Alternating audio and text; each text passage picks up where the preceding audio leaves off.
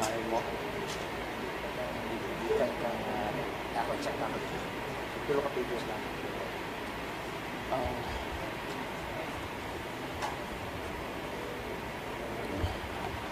Itong ay about akong high stake sa politika. Itong i-comment dito. Hindi ko bang kuan. Tulo man ito pag-upya dito. Kailangan i-upya ang sa comment sa ako. Sa luwas nakay-octane player ko. Ana. Kano sa adlawan mo nabasa? Hindi ka itong yata yung muli eh. Maupo po kayo.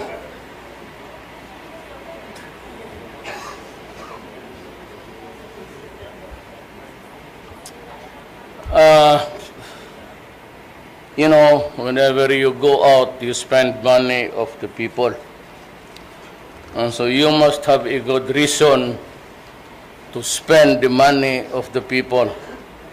It's a long trip, it would cost a lot, and I hope that we will harvest something out of this trip. Total marami naman tayo naghati-hati sa Pacific Ocean. I leave today for Lima, Peru, to join 200 other leaders of the Asia-Pacific region for the 24th meeting of the economic leaders of the Asia-Pacific Economic Cooperation, or APEC. This will be an important opportunity for the Philippines to work closely with their economic partners in the region to take stock of the efforts to facilitate economic growth and prosperity in the Asia-Pacific and to determine ways of moving forward to achieve our shared goals. The theme of this year's APEC Economic Leaders Meeting is Quality Growth and Human Capital Development, a foundation for sustainable growth in the Asia-Pacific.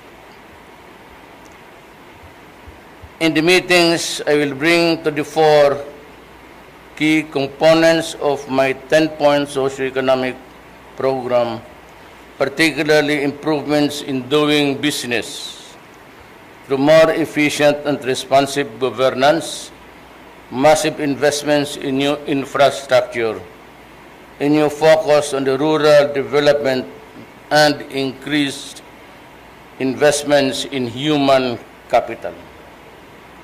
My message to APEC will be clear. The Philippines is open for business. We will do everything to make sure that business, particularly MSMEs, will thrive and flourish, small and medium.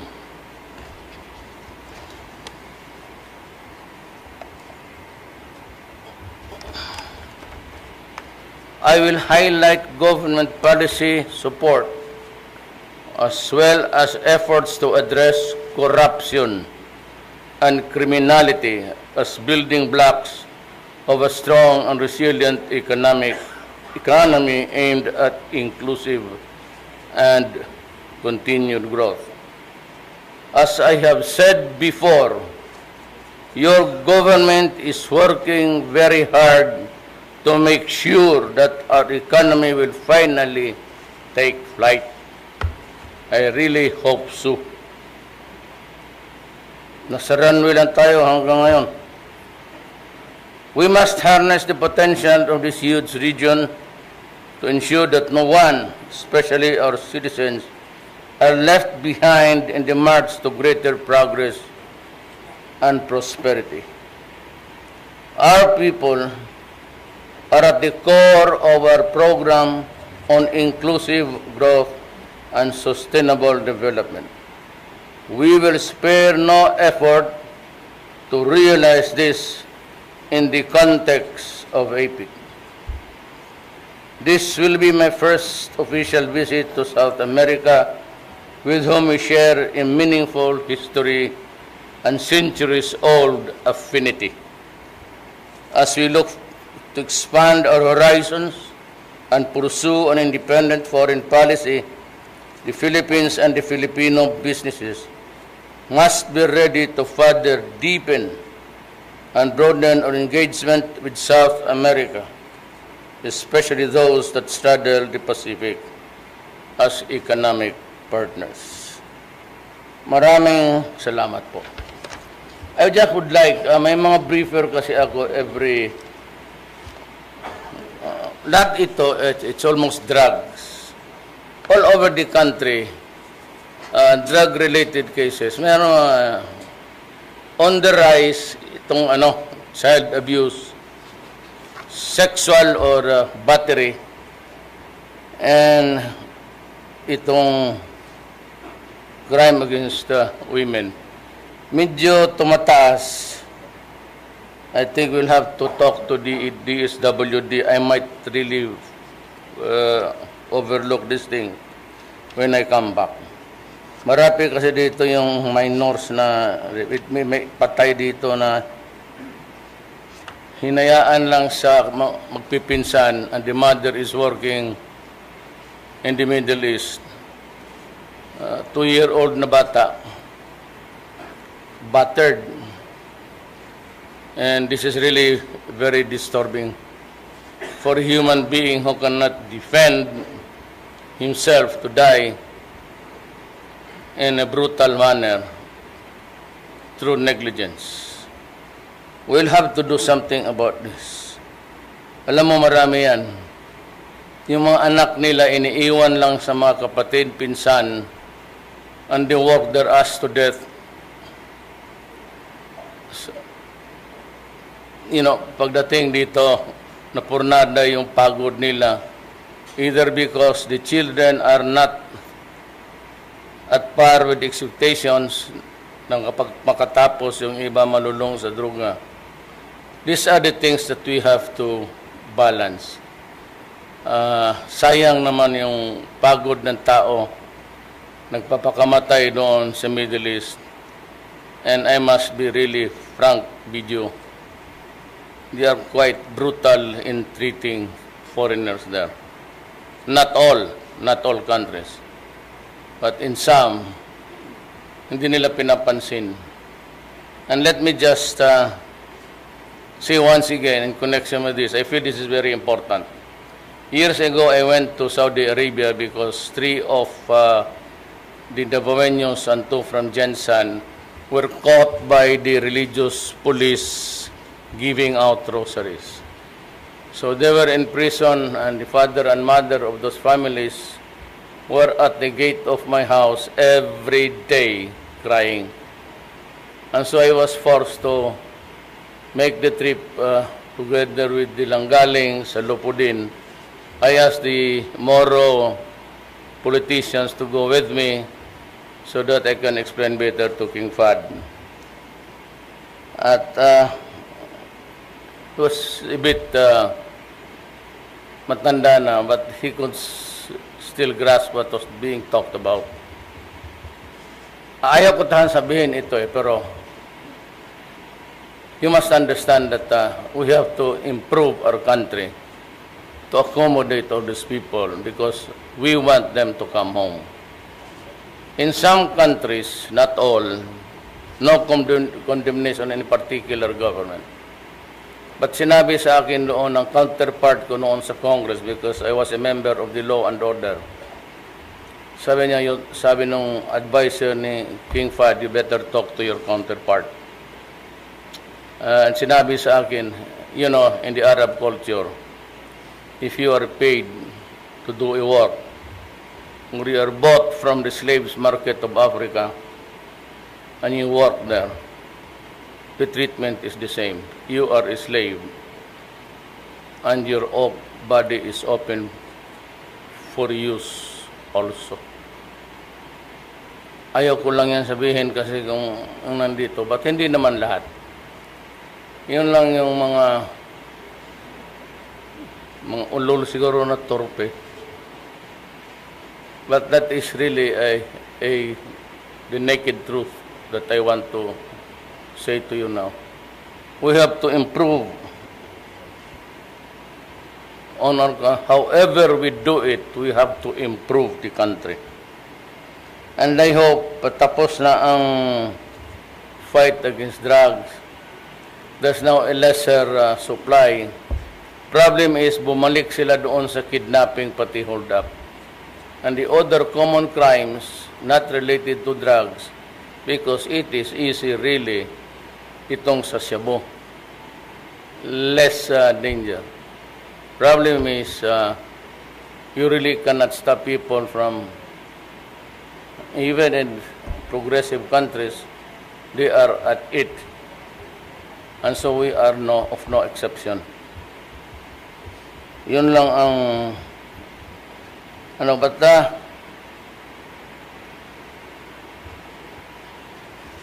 bong ito yung, dito.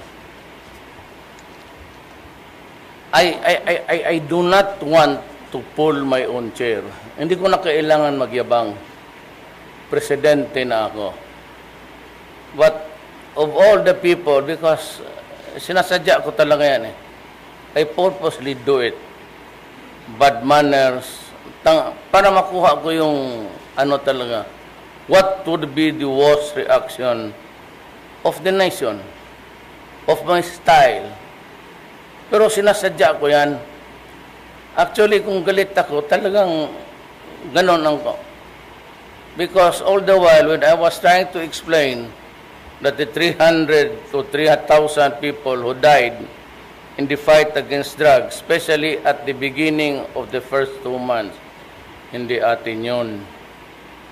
They were there, maybe because of the involvement of the police, no offended to the audience there. They were cleansing and purging the ranks. Hindi atin yun. Yung inkwentro talaga na sinasabing inkwentro, yun ang atin. But they kept on hammering on the 3,000 as if it was mine. And I said, they think that I enjoy killing my own countrymen. But nabasa ko kasi ito dito. And this is what is it all about. Nakuha ng gago eh. He was able to read my mind. And he said, the Philippine president knows the strategic value of his country very well and has been playing high-octane power politics, something that has been absent in Southeast Asia for decades. After the president's visit to China, Philippine relations with China have improved dramatically, with the Filipino fishermen able to return and fish in Scarborough Shoal. The president has also been able to espouse Asians' long-held position that conflicting parties over territorial sovereignty issues must be settled bilaterally, and that other aspects of joint cooperation can be done under the framework of ASEAN-China cooperation. By reducing tensions with China, the President has contributed to the strengthening of China-ASEAN cooperation, paving the way for other claimants to work on the settlement of their own disputes with China. For example, Malaysia, yung sumunod sa atin. With lesser tension in the South China Sea, the U.S. will have difficulties in finding reasons to enhance its presence and monitoring in these waters. Yun talaga ang gusto ko at nakuha ko. You know, yung, alam ko man, you know, when you say, if it had slur courses, I know that the world was listening. I know that they would get a lot of flack. But nobody was listening because I was trying to explain to them of the hugeness of the problem and the challenges before us. But itong human rights, including President Obama, unfortunately, trivialized. Minamaliit nila yung problema. At alam nila wala tayong para, that we're in the middle of this budget. We spend what the budget says for today. And that budget was prepared last year by Aquino, not mine. And we would not have really thought that it would be this big until I squeezed everybody when I became president. So masakit sa akin kasi about 4 million Filipinos are addicted. At ganunin mo lang ako pa ang... And mind you, sabi ng Russia, we will protect you. And the problema, ang Russia withdrew from the International Court, Criminal Court. What could be the reason, I really do not know. Maybe to protect what they are doing in Syria, down the incessant bombing and the killing of civilians. Yan ang leksyon ng ng UN. UN is dominated by the US. At saka yung climate change. We were debating that particular issue with the rest of the cabinet for about an hour. Ang akin kasi, there is no sanction for a violation. Yung money na 200 billion na pinagyayabang nila would come from the industrialized countries. Here comes the Obama says, "Putya, bakit ako magasto sa mga... dapat you should worry of your own problems. Do not let America spend for you." And second is the absence of a sanction. And the treaty is binding. But if you choose to ignore, there is no sanction. Nobody goes to prison. Does not even, it says that you'll be reprimanded. Wala. Nothing. And the money, sabi manggaling sa industrialized countries. Wala namang sinabi kung sino. Kaya si Trump, so hindi ako gagastos ng problema ninyo. If you want to improve your climate there, above your sky, do it yourself. Bakit kami? So sinabayan niya yung maybe, sabi niya, wala inutil yung international criminal. Nag-withdraw sila sa membership. I might follow. Why? Tayo lang ang lilit ang binumbog na mga walang hiya. Napatayan, it's by the thousands, bombing children, women. For 5 years now, Aleppo, Mosul, walang pahinga ang mga tao doon sa bombing. And they have come to terms by just saying, it's the will of Allah. Yan ang sinasabi ko. Now you know. Sinadya ako talaga yan. If you ask anybody from Davao, hindi naman ako ganun. Pag mag-bullshit ako ng leader, kasi hindi sila nakikinig. Everybody was going back and forth every day on the same issue of extrajudicial killing. They didn't listen to me. I tried to explain that hindi amin yan. Meron nung ayaw makinig. Eh di sinabi ko, putang ina yung mga hindot kayo. Oh, kinig sila sa akin. Sino ito nagmumura? O ako, bakit? See? Kabastusan nila yan, di akin. They forced me into it. Ngayon nagmura ako, talagang binastos ko, binaboy ko sila. Oh. Naghilom, wala na. Matarantado ang...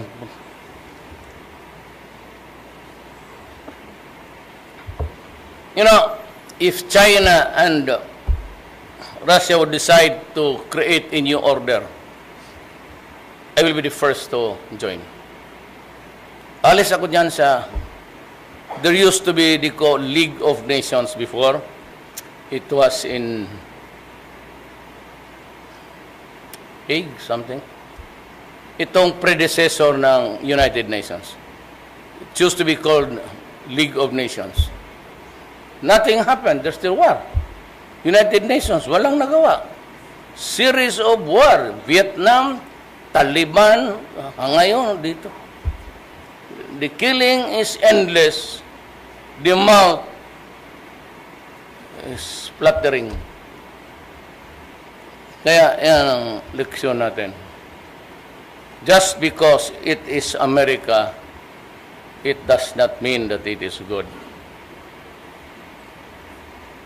Then, lahat naman, just because it comes from Russia or China, it is an ex-cathedra thing for us to mag-amin na amin. But I will be guided only by the best interest of the people. I know kung anong pag-usapan namin dito. Pero pag nagkamali na naman silang gusto nilang makaisa, dito na, practice na ako kagabi. Makatikim talaga sila sa akin. And I will lecture on them the finer points of civilization. Huwag niyo suluhin yung ano. Kayo lang parang tigas eh. Kayo lang, you threaten us as if we are your laborers. Sabi, pakulong ako. Ano? Pakulong. Isama ko kayong lahat. That's the lesson. I was reading it because nakuha niya eh. Nakuha niya yung laro ko. Pero noong una, lahat sa cabinet, they were silent, ganun sila lahat. Sonny said that, you know, you're the most unpopular leader in Europe. Sabi ko, never mind, son. I'm the president of the Philippines. I'm not their president. I don't care. I don't give a shit. Basta ako dito. Ngayon, kaibigan ko na ang China. Now here comes sasabi ko, here comes an ex-general. Walang sekreto-sekreto, basta sila. I have an appointment to talk to him.